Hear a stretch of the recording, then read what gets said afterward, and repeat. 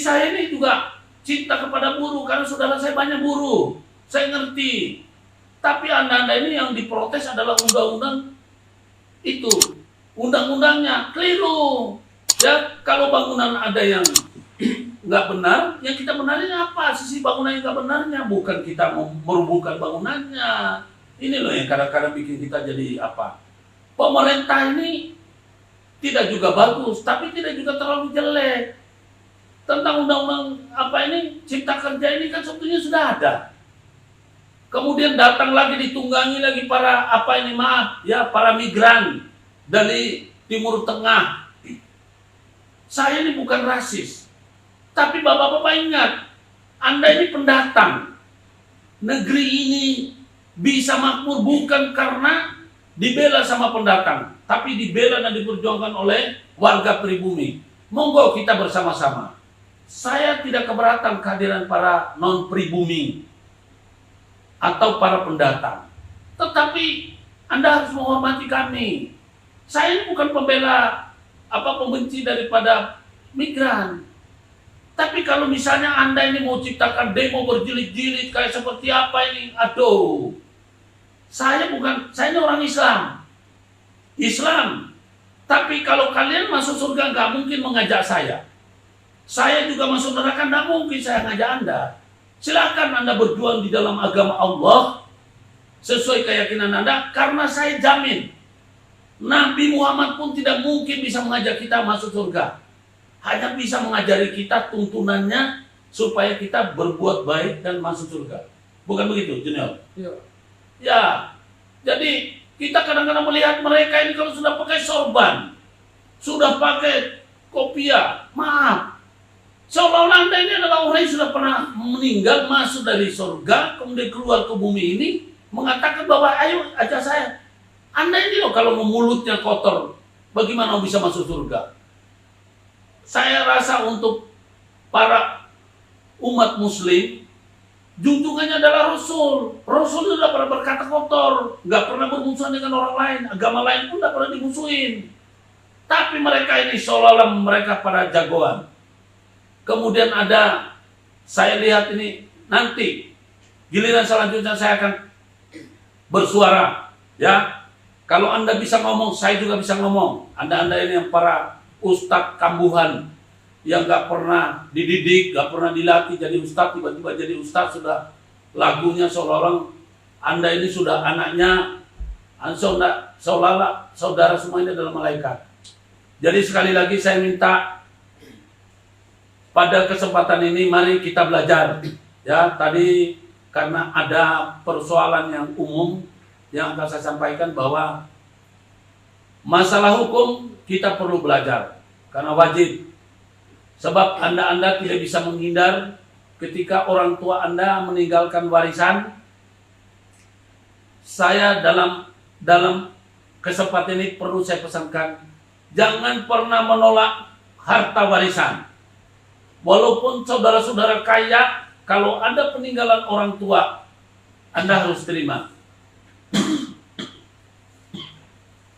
Sebab apa? Warisan itu adalah tetesan keringat dari leluhur kita. Ketika Anda tolak warisan, maka Anda akan kualat. Kekayaan Anda bisa hilang seketika kalau Anda mengabaikan yang namanya harta peninggalan dari orang tua. Karena orang tua bekerja dengan air mata dan keringat darah. Apa yang dia mau tinggalkan adalah sedikit harta buat anak cucunya. Ketika anak cucunya menolak, maka itu adalah merupakan suatu dosa terbesar.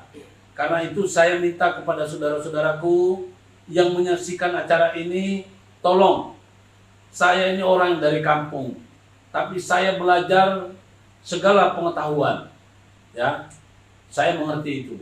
Untuk itu, saya pesan kepada saudara-saudara, jangan pernah Anda meremehkan warisan. Karena warisan itu adalah tetesan keringat orang tua Anda. Kalau Anda bersifat sosial, berjiwa sosial, ingin membagi kepada saudara Anda yang kaya, yang miskin, karena Anda sudah kaya, jangan membagi dari harta warisan. Karena Anda kalau membagi dari harta warisan sama dengan Anda telah memutus rantai silaturahim dengan orang tua. Tapi berilah kepada mereka dari keringat Anda. Anda punya keringat, Anda berhak untuk memberikan siapa saja. Itu penting. Kemudian terkait masalah harta warisan, tidak mengenal daluarsa. Dalam kesempatan ini juga saya perlu sampaikan tentang hukum formil. Ada banyak orang yang kalah karena cara-cara yang dia lakukan adalah keliru. Tadi penelpon juga ada yang tanya kepada saya, Pak, saya ini sekarang perkaranya sedang di Mahkamah Agung. Pada waktu gugatan di pengadilan negeri itu dinyatakan NO.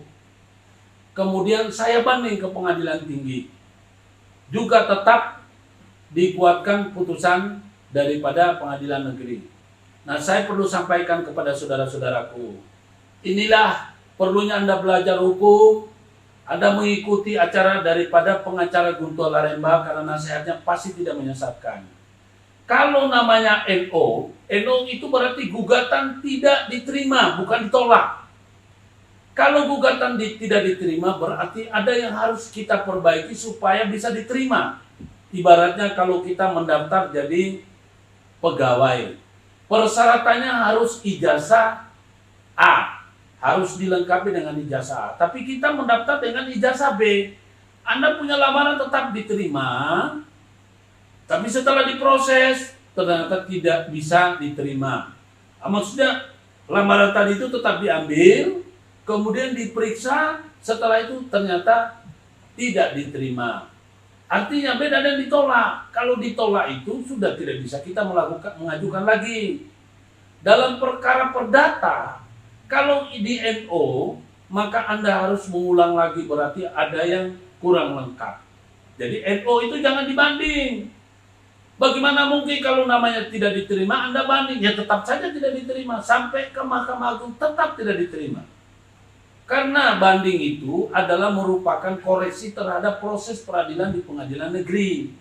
Nah, kalau pengadilan negerinya menilai bahwa ini tidak sesuai, lalu dia anggap tidak diterima, tentu saja saya menganjurkan kepada saudari yang bawa waktu, langsung lakukan. Nah, kepada teman-teman para pengacara, mohon berikan nasihat kepada klien Anda. Kasihan. Mereka kehilangan waktu, kehilangan harapan, kehilangan tenaga, kehilangan uang juga. Jangan menyusahkan. Jadilah, kalau Anda belum mengerti, belajar kepada orang yang lebih mengerti. Jangan buru-buru terima kuasa langsung main gugat pengadilan. Ternyata Anda tidak tahu bagaimana konstruksinya. Jadi gitu yang saya perlu sampaikan ya. NO itu bukan putusan menang. NO itu adalah putusan, artinya putusan gugatan belum diterima, belum dapat diterima. Jadi apa artinya? Kita harus melakukan gugatan baru. Jangan apalagi melakukan kasasi, ya. Nanti kalau hasilnya kurang bagus atau tidak hasilnya tetap, Anda akan bilang peradilan yang salah. Padahal Anda tidak mengerti. Jadi gitulah kira-kira, ya. Saya ini barangkali yang sebagai pemuka kepada junior ini mungkin mau nanya, silakan. Ya Pak, terkait harta warisan. Kenapa harta warisan? Apakah seseorang yang dikatakan ahli waris itu dapat menolak warisan tersebut? Ya sebetulnya kalau bilang menolak, boleh menolak. Cuma kalau menurut saya hakikatnya jangan ditolak. Dia harus terima. Kalau warisan itu, jadi gini, ini kan dapat, kalau kata-kata dapat itu kan boleh, tidak, ya kan? Beda dengan wajib, ya kan? Jadi warisan itu adalah hukumnya sebetulnya wajib diterima. Kalau kita merasa kaya, bukan berarti kekayaan kita itu bisa mengalahkan nilai warisan yang kecil. Harap diperhatikan baik-baik. Jadi ini hakikatnya ataupun sebaiknya atau seyogianya. Ibaratnya saudara bekerja. Selebih daripada yang Anda gunakan untuk menafkahkan keluarga dan diri Anda. Untuk siapa? Kan untuk anak cucu kan? ketika Anda masih hidup, ibaratnya Anda memberikan hadiah kepada tetangga atau teman atau pada ponaan. Kalau dia tolak, kecewa nggak Anda? Kecewa. Nah, coba bayangkan kalau orang hidup saja ditolak dia punya pemberian, dia kecewa, bagaimana dengan mayat? Karena warisan itu jadi gini, cerita warisan. Warisan itu adalah merupakan barang atau harta benda yang bernilai ekonomis, itu yang ditinggalkan oleh orang yang memiliki. Jadi dia tinggalkan kepada ahli waris. Warisan itu baru bisa muncul ketika telah terjadi kematian dari pemilik barang itu. Jadi misalnya gini, suami istri ketika terikat perkawinan, kemudian ada harta benda namanya harta bersama. Apabila salah satu ada yang meninggal lebih awal, maka dia meninggalkan warisan bagi yang hidup lebih lama. Nah, itu. Kemudian ahli waris ini adalah satu step dari seorang pemilik barang atau pewaris. Anak daripada pemilik waris, anak dari ahli waris tadi, ketika dia meninggal, maka namanya ahli waris pengganti. Nah, apakah itu ahli waris pengganti yang sudah keturunan berapa? Tidak jadi soal. Yang namanya warisan dari bapak, dari kakek, dari nenek, dari buyut, tidak boleh ditolak.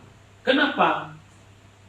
Karena kalau ditolak nanti dia kualat. Tapi silakan saja, banyak orang sekarang yang suka menolak. Bentar nih Pak, mau nanya lagi. Nah, apabila orang tua tersebut meninggalkan harta warisan, tapi harta warisan tersebut berupa utang, dapatkah kita menolak?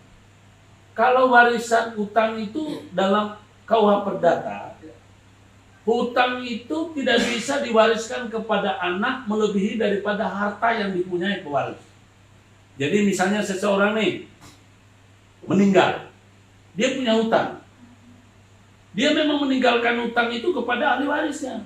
Tetapi ahli waris hanya bertanggung jawab untuk membayarkan hutang daripada orang tuanya sebesar harta yang ditinggalkan. Jadi tidak bisa dibebankan kepada anaknya terhadap hutang yang di luar dari hartanya.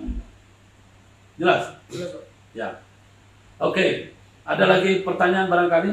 Ya Pak, coba. Oke. Jadi sekali lagi, saudara-saudara, hari ini saya hadir, mungkin tidak akan terlalu panjang, tetapi saya yakin materi yang saya sampaikan ini mungkin berguna bagi saudara semuanya. Terlebih-lebih saya punya sorotan kepada para kaum intelektual, para profesor, doktor yang sedang bermain politik. Mohon diketahui, permainan saudara-saudaraku, seniorku, para junjunganku, jangan sampai mengganggu di bawah. Ya, kalau Anda punya hak, ya, itu ada Undang-Undang Nomor 9 tahun 2008 atau 1998 terkait masalah kebebasan menyampaikan pendapat di muka umum.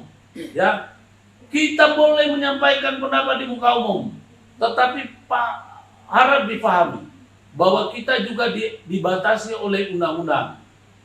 Kita harus menghormati, ya, kita menghormati daripada hak orang lain. Saya rasa gitu. Sekali lagi, saudara, ya, bahwa saya ingin supaya kita bernegara. Ya, jangan sampai memancing emosi daripada orang-orang yang ada di masyarakat. Karena apa? Kita ini perlu panutan seperti para guru besar, dosen, para profesor, doktor, ya. Anda diberikan gelar itu merupakan suatu kehormatan dan prestasi Anda. Namun bukan berarti Anda diberi kehormatan ini lantas Anda harus semaunya. Kalau Anda bisa semaunya, kami pun sebagai masyarakat kecil bisa semaunya dan suka-suka. Jangan salahkan kalau kita tiba-tiba karena kesel, kita sudah hidup susah, kemudian Anda tambah masalah, kita juga jadi akhirnya nggak respect. Sekali lagi, saya minta kepada seluruh ya para penggiat hukum, aktivis pejuang kebenaran, tetap satukan barisan. Kita tolak cara-cara menyampaikan pendapat dengan yang bertentangan dengan kebenaran. Para pelancong politik, ya silakan Anda berpolitik, ada undang-undang tentang perpolitikan. Tapi mohon, ajari kami masyarakat kecil yang tidak punya media, yang tidak punya pengikut untuk mengerti, jangan bikin sesat.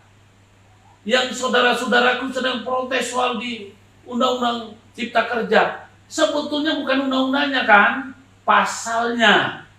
Nah kalau misalnya Anda kepengen membasmi hama, hamanya yang Anda basmi, bukan bangunannya yang Anda harus bakar. Jadi itu kata-kata sudah sering sekali termuat di muka umum. Untuk itu Bapak yang saya sebutkan tadi, Bapak Profesor Dr. Din Samsudin, ingat gelar yang Anda peroleh itu adalah gelar akademik. Tolong mulutnya dijaga sebagai orang akademik. Jangan kayak seperti saya ini bekas preman, ya. Kemudian Bapak Dr. Profesor Dr. Refli Harun, ya. Tolong ajari masyarakat ini dengan cara benar. Ya, saya sebetulnya masih ingin menyenggol mantan presiden kita, tapi untuk di waktu mendatang. Saya nggak ada rasa takut, Pak. Nggak ada. Sudah nadi takut, saya sudah putus. Ya, saya ingin memberikan masukan. Kalau Anda boleh bersuara, saya juga berarti boleh bersuara. Tolong, ya. Saya bukan pembela pemerintah, tapi saya sebagai warga negara Indonesia ikut pada pemerintah. Sepanjang dia tidak menyesatkan saya tidak perlu terlalu kerasa kerusuk. Ya, Anda kalau misalnya tidak memilih, Anda punya tujuan silakan.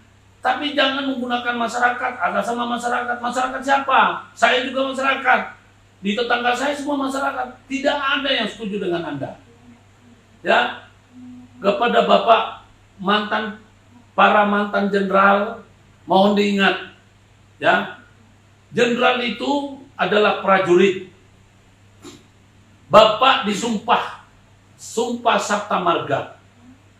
Jangan membuat jadi rusuh di bawah. Kalau jenderalnya saja ribut, bagaimana prajuritnya yang di bawah, yang pangkatnya masih di bawah? Tolong, jangan jadi provokator.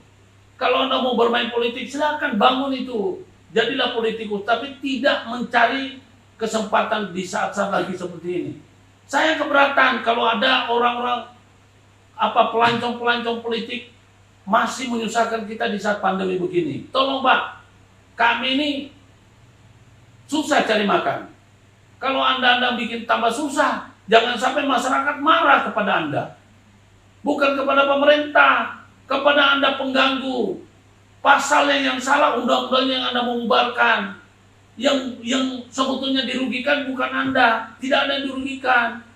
Tapi Andanya yang keras sana kemari, seolah-olah Anda punya negara ini. Dan nemu yang saya juga punya negara ini.